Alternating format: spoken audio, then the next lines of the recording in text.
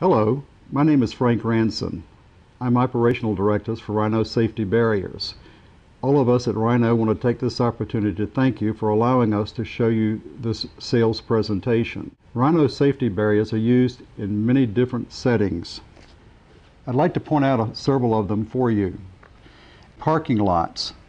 They're being used for traffic delineation, both vehicular and pedestrian, at airports, at marinas, hospitals, military establishments, and for emergencies.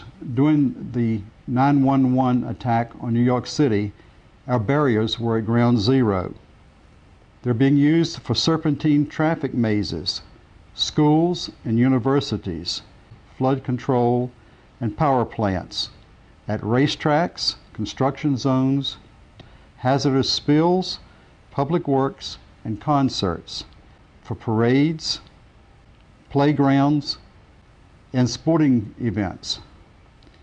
Now let's take a walk out into our parking lot where we have a display set up, and let us demonstrate and show you some of the features of the Rhino Safety Barrier. This is our standard Rhino barrier. It is 25.5 inches across on the base, 35 inches tall, and overall 7.5 feet in length. We have on each side 6 reflectors. When the barriers are placed on the job site, then they're easily filled with water. There is a 3-inch fill port for putting the water into the barrier. When you're ready to move the barriers, there is a 2-inch drain on the bottom for turning the water out. Since the water is potable, there's no problem with letting it run on the ground. Here we have the pin arrangements. Once you've got the barrier set in place, simply lift the locking pin. And I'd like to point out at this juncture that the pin is semi-retractable, so it does not come out of the barrier. There's no problem with getting to a job site and realizing that you've left all the pins back at your plant. But push the barrier into position.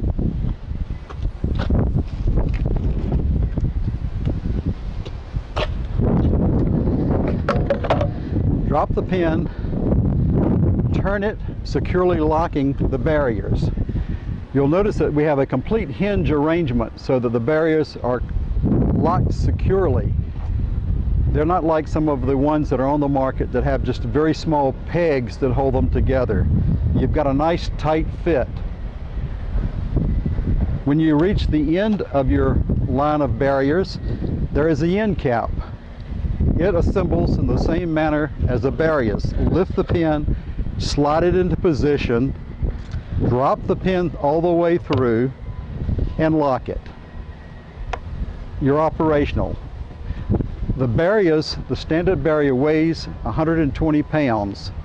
When it's filled with water, it can go up to 1,000 pounds. Normally we recommend filling the barrier to this level, leaving room for expansion in case of impact. Okay, when you have an application that is going to be a more permanent arrangement, such as a parking lot, and you want to use the barrier for more of a permanent delineation, there is what we call the donut. There are 4 mounting holes so that you can secure the donut to the tarmac or to the concrete with bolts. Once that is in position, simply slide the barrier over it, drop the safety pin in just as you do in connecting your barriers, and lock it into place. Then the barrier can be filled with water and it is more stationary. Okay, one of the magnificent features about the Rhino barrier is the fact that when they're properly positioned on a 45-foot trailer, we can carry 78 barriers. Just look at the comparison with the concrete barriers, where you can only get anywhere from 8 to 12 depending upon their length on a truck. Think how many truckloads of concrete barriers you have to equal one load of Rhino barriers. Again, they weigh 120 pounds, so they can be unloaded put in position by two people. One person can move them around easily. In addition to that, look at some of the other features that we've got with the Rhino barriers.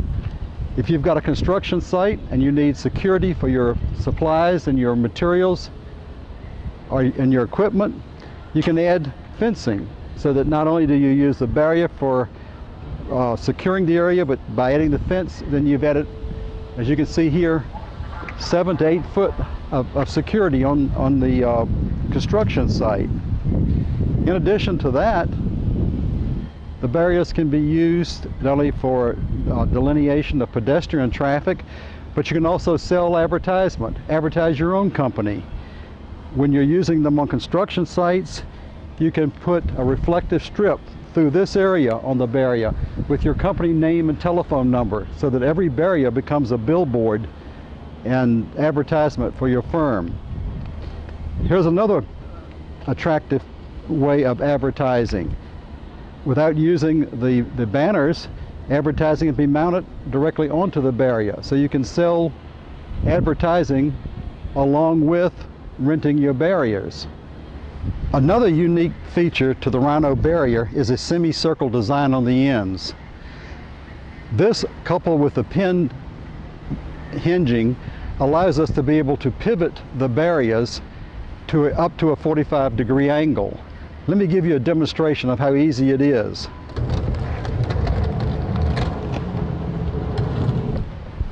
This is extremely important when you're doing utility work, working through a manhole or installing underground lines, that you can not only provide delineation for the traffic, whether it be vehicular or pedestrian, but it also provides a security, so if the job is not finished in a day, when you go home at night, you don't have to worry about someone falling in the hole, because you can completely encircle the open area and have the barriers pinned together. Another feature is our lighting system. Wherever you need additional lighting for nighttime, calling attention to the barriers or to a condition, a battery operated light inserted into the barrier provides that extra degree of safety that we're looking for. You'll also note that the barriers come in 4 different colors. Here we have an example of the yellow, green, safety orange, and white. So depending upon the application, you have a choice of colors. These colors make any outdoor event much more pleasant, having a decorative color in instead of just a concrete barrier that doesn't give you the ambience that you're looking for. Rhino has done extensive testing through the Mara laboratories in the UK, ensuring that our barriers meet the current NCHRP 350 test level 2 ratings. We have also received approval from the Federal Highway Administration for the use of these barriers any place that they qualify under the test level 2 criteria, and that is 45 miles an hour or below. Now, we have what we call the 350 kit. In order to meet the regulations for the 350 testing, we have to add the side panels to the standard barrier. Now, once the standard barrier has been placed in position, then we come back and, using only one simple tool, we add the side panels and the locking pin, one person on either side, one to hold the bolt, the other one to tighten it. No major equipment, compressors or anything else is required. Now, we have a very secure locking system. We have the locking pin hinge arrangement locking the standard barrier. We now have the side panels that are secured with the bracket and bolts. And just like the barricades interlock, so do the side panels. You'll see here a slight opening, but if you look on this end, you'll see that there's an insert, so that one side panel inserts into the other, forming additional locking. Now, I must caution you that in order to use the barriers on the highway and meet the regulations, we must install the 350 kit.